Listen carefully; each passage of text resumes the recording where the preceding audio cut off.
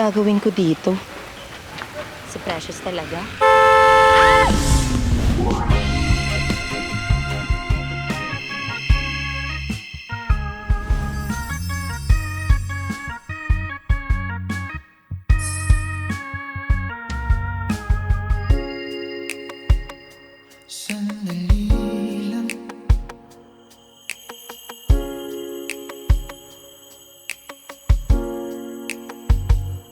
Nahuhulog,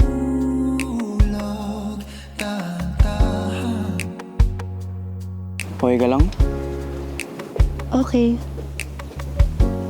Okay? Sa tingin mo okay lang ako? Hello? Muntik na nga masagasaan yung tao dito. May mga pangarap pa ako sa buhay. Hindi ako makagraduate, hindi ako makabalik to.